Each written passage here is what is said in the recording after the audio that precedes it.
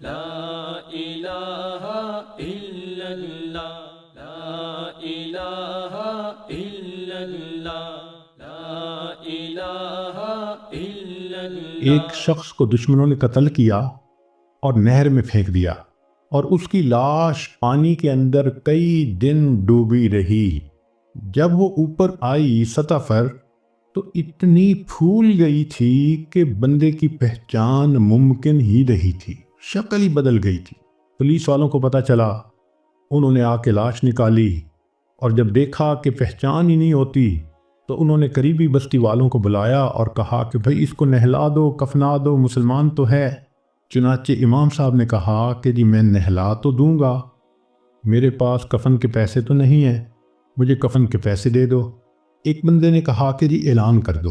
ذرا سنیں، مسجد میں اعلان ہوا، بھائی لاوارث نعش ہے، کفن خریدنا ہے، چندہ لاؤ۔ کوئی روپیہ لایا، کوئی 2 لایا، کوئی 5 لایا۔ آدھے گھنٹے تک اعلان ہوتا رہا کہ لاوارث لاش ہے، کفن خریدنا ہے۔ آدھے گھنٹے کے بعد پھر جا کر پیسے پورے ہوئے، کفن خریدا گیا، اس کو نہلایا گیا، کفنا دیا گیا، جنازہ پڑھایا گیا۔ جنازہ پڑھتے ہوئے ایک آدمی کی آنکھ میں بھی آنسو نہیں تھے، اس لیے کہ کوئی جانتا ہی نہیں تھا یہ کون ہے۔ جب اس کو دفن کیا گیا تو 3 مہینے کے بعد کیس کی حقیقت کھلی، تب پتہ چلا کہ وہ سرگودا کے علاقے کا ایک ذمہ دار تھا۔ 4 مربع اس کے باغات تھے، کروڑوں کی سالانہ آمدنی تھی، کوئی 6 کروڑ روپیہ اس کے بینک بیلنس کے طور پہ موجود تھا، اور اس کے 4 جوان العمر بیٹے تھے۔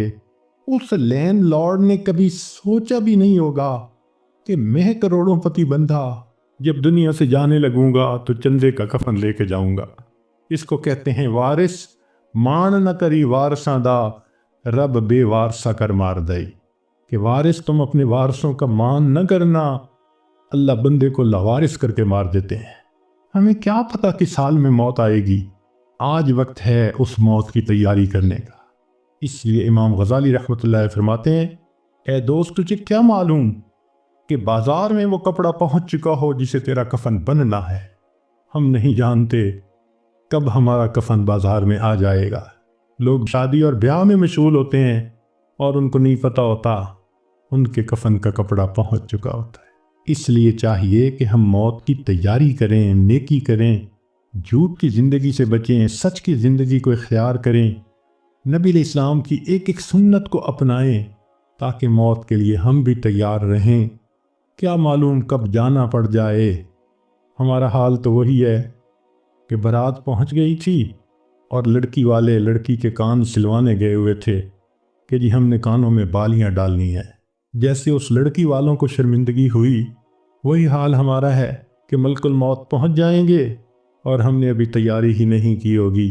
ہم نے کتنی بار آنکھوں سے دیکھا جوان العمر بیٹا چارپائی کے اوپر لیٹا ہوا ہوتا ہے، ماں آگے بڑھتی ہے، بیٹے تجھے کیا ہوا، مجھے بتاؤ تو صحیح۔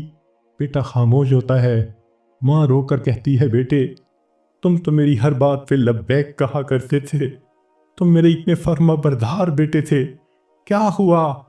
بیٹا اپنی اماں سے نہیں روٹھا کرتے، نہیں خفا ہوتے، بتاؤ تمہیں کیا ہوا۔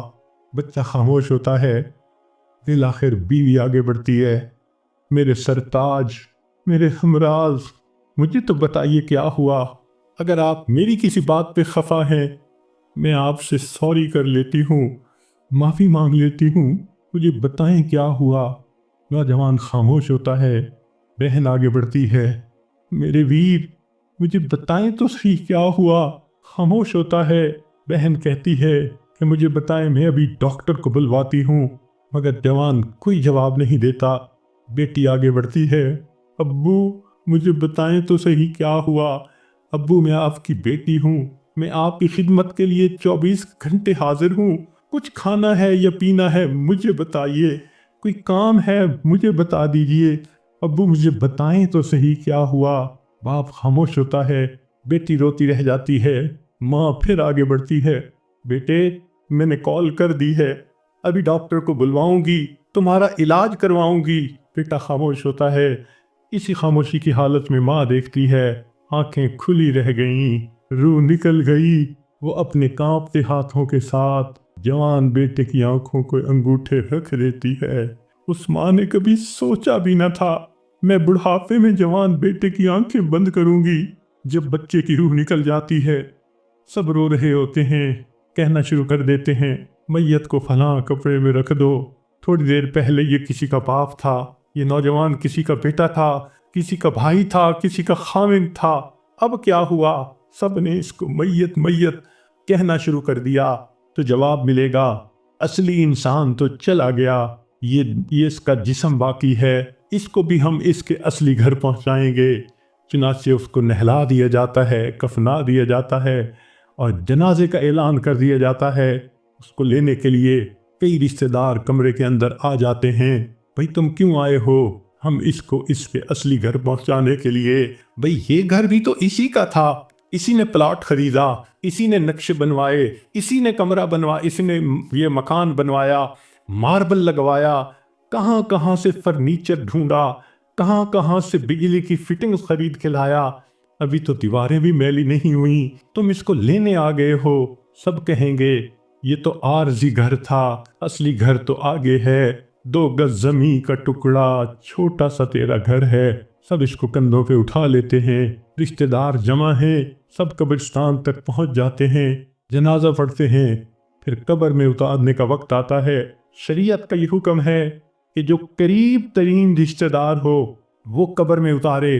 ہم نے اپنی آنکھوں سے یہ منظر دیکھے، جوان بیٹے کو باپ قبر میں اتار رہا ہوتا ہے، بھائی کو بھائی قبر میں اتار رہا ہوتا ہے۔ اللہ کی شان، یہ تو شریعت کی مہربانی ہے، اس نے عورتوں کو منع کر دیا کہ تم جنازے میں اور قبرستان میں مت جاؤ۔ اگر کبھی عورتوں کو بھی حکم ہوتا کہ تم جاؤ اور اپنے بیٹے کو دفن کر کے آؤ، مجھے تو لگتا ہے کتنی مائیں ہوتی جو جوان بیٹے کے ساتھ خود بھی دفن ہونا پسند کرتی۔ کیسی عجیب اللہ تعالیٰ نے مردوں کو ہمت دی ہوتی ہے، جوان بیٹے کو جس کے جسم پہ کبھی میلا کپڑا بھی باپ برداشت نہیں کرتا تھا، آج اس کو زمین پہ لٹا دیتا ہے، اپنے ہاتھوں سے مٹی ڈال دیتا ہے، بھائی مٹی ڈالتے ہیں، دوست مٹی ڈالتے ہیں، منو مٹی کے نیچے اس کو دبا کے اللہ کے حوالے کر کے آ جاتے ہیں۔ جب اللہ کے حوالے ہونا ہی ہے، اے انسان تو اپنے آپ کو آج اللہ کے حوالے کر دے۔ اللہ میں اپنے آپ کو آپ کے حوالے کرتی ہوں، جو آپ کا حکم ہوگا میں اس پہ چلوں گی، جو گناہ ہوگا میں اس سے بچوں گی۔ آج حوالے کریں گے تو اس کا فائدہ ہوگا۔ چنانچہ انسان کو بالآخر اللہ کے حضور جانا ہی ہے۔ حضرت علی عنہ فرمایا کرتے تھے موت کی تکلیف کینچیوں سے کتر دینے سے زیادہ سخت ہوتی ہے، موت کی تکلیف دیگ میں بھون دینے سے زیادہ سخت ہوتی ہے۔ اگر موت کی تکلیف کا اندازہ لگانا ہو تو آپ عورتوں کو تو بہت آسانی سے لگ سکتا ہے۔ کئی مرتبہ آگ پہ کھانا بناتے ہوئے آپ کی انگلی جلی ہوگی، کتنے دن اس کی تکلیف رہتی ہے، کیوں کہ جہاں سے انگلی جلی وہاں کے گوشت سے روح سمٹ کر باقی جسم کے اندر آ گئی۔ اگر اتنی تھوڑی سی جگہ سے روح سمٹ گئی، اتنی تکلیف ہے، جب پورے جسم سے روح سمیٹ لی جائے گی اس وقت تکلیف کیا ہوگی، ذرا اس کو یاد کر لیجئے۔ آج وقت ہے ہم اس کی تیاری کر لیں، پھر موت کے وقت تکلیف ایسی نہیں ہوگی۔ چنانچہ حدیث پاک میں آتا ہے جب مومن کی موت کا وقت آتا ہے اللہ تعالیٰ ملک الموت کو بھیجتے ہیں، جنت کے فرشتوں کو بھی بھیجتے ہیں، وہ جنت کی خوشبوؤں کے رومال بھی لے کے آتے ہیں اور اس بندے کے سینے پہ خوشبوؤں والا رومال رکھ دیتے ہیں۔ اس بندے کو جنت کی خوشبو آتی ہے، اس کا دماغ معطر ہو جاتا ہے اور اس کی روح کو ایسے قبض کرتے ہیں جیسے مکھن میں سے بال نکال لیتے ہیں۔ جب اس کی روح کو لے کے چلے جاتے ہیں اللہ تعالیٰ فرشتوں کو حکم فرماتے ہیں دیکھو یہ میرا نیک بندہ تھا، روح کو قبض کر لیا گیا، اب جدھر سے اس کا جنازہ گزرے گا تم راستے کے دونوں طرف ادب سے کھڑے ہو جاؤ۔ سبحان اللہ، مومن کی کیا شان ہے، جہاں جہاں سے جنازہ گزرتا ہے فرشتے راستے کے دونوں طرف ادب سے کھڑے ہوتے ہیں۔ حدیث پاک میں آتا ہے جس جگہ یہ بیٹھ کر نماز پڑھتا تھا زمین کا وہ ٹکڑا رو رہا ہوتا ہے، جہاں قرآن پڑھا کرتا تھا زمین کا وہ حصہ رو رہا ہوتا ہے، آسمان کے وہ دروازے روتے ہیں جہاں سے اس کے لیے رزق اتارا جاتا تھا۔ سبحان اللہ، یہ اللہ کے عاشق کی موت ہے۔ اس لیے کہا گیا کہ عاشق کا جنازہ ہے، ذرا دھوم سے نکلے، محبوب کی گلیوں سے ذرا گھوم کے نکلے۔ یہ عاشق کا جنازہ جا رہا ہے۔ پھر اس کو جب دفن کیا جاتا ہے، حدیث پاک میں آتا ہے اللہ تعالیٰ فرشتوں کو فرماتے ہیں یہ میرا بندہ دنیا سے تھکا ماندہ آیا ہے، جاؤ اور اس کو جا کر کہہ دو نم کنومت العروس، دلہن کی نیند سو جا۔ فرشتہ آ کے خوشخبری دے دیتا ہے تم دلہن کی نیند سو جاؤ۔ یہاں محدثین نے نکتہ لکھا، یہ کیوں نہ کہا میٹھی نیند سو جاؤ، آرام کی نیند سو جاؤ، گہری نیند سو جاؤ، یہ کیوں کہا کہ دلہن کی نیند سو جاؤ؟ تو اس کا جواب انہوں نے یہ دیا کہ دلہن جب پہلی رات اپنے کمرے میں جا کر سوتی ہے اس کو وہی جگاتا ہے جو اس کا خاوند، اس کا محبوب ہوتا ہے۔ یہ مومن آج قبر میں دلہن کی نیند سو رہا ہے، کل قیامت کا دن جب ہوگا اس کو وہی جگائے گا جو اس کا محبوب حقیقی ہوگا۔ چنانچہ مومن قبر سے اٹھے گا، آواز آئے گی یا ایتھا النفس المطمئنہ ارجعی الی ربک راضیۃ مرضیہ فادخلی فی عبادی وادخلی جنتی۔ مومن کی آنکھ کھلے گی، اللہ تعالیٰ مسکرا کر اس کا استقبال کریں گے۔ یہ کیسا خوش نصیب انسان ہے کہ جس نے اچھی زندگی گزاری، آج یہ دنیا سے آخرت کی طرف کامیاب ہو کر چلا گیا۔ لا الہ الا اللہ